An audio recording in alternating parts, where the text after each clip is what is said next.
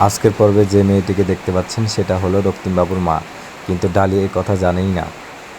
ডালি মেয়েটিকে বলছেন যে আমার স্বামী অনেক বড় বিপদ থেকে রক্ষা পেলেন। মনে রেখো, দিনের আলো যেন অন্ধকার না গ্রাস করে, সাবধান থেকো। রক্তিমবাবুর মা এই কথা বলছেন। ডালিকে নার্স এসে বলছেন যে কথা হলো ওই মেয়েটি রক্তিমবাবুকে রক্ত দিয়েছেন এবং বেড পরিষ্কার করেছেন গত 3 দিন ধরে। ডালি তখন হতবাক। ডালি বলছেন নার্সকে, উনি তো আমাকে কিছুই বলেননি, ওনার সাথে তো অনেক কথাই হলো।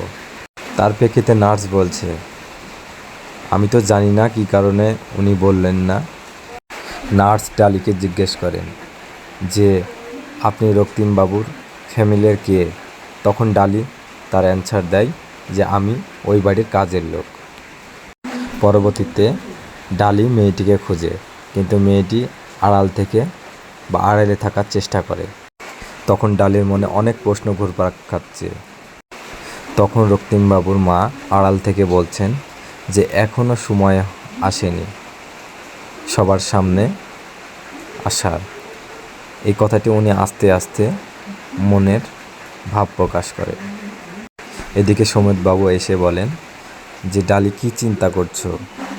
রাত পার হলেই জানতে পারবে এটা কে করেছে, কে রক্তিমবাবুকে মারার চেষ্টা করেছে, তাই বললেন সমিতবাবু।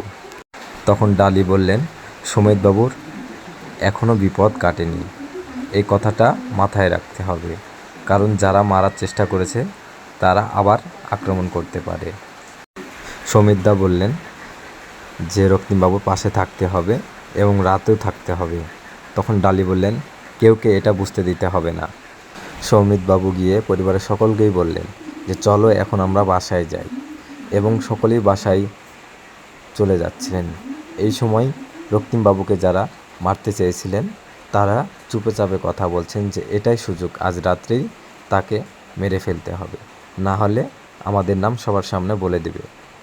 এই নিয়ে যখন পরিকল্পনা আঁটছেন তখন সৌমিতবাবুরাও আর ডালিও পরিকল্পনা আঁটছেন, এবং রাত্রে সমিতবাবু এবং ডালি ছদ্মবেশে আসেন এবং তাকে মারার জন্য ছদ্মবেশে আরেকজন আসেন, মুখে মুখোশ পরেই আসেন তিনি।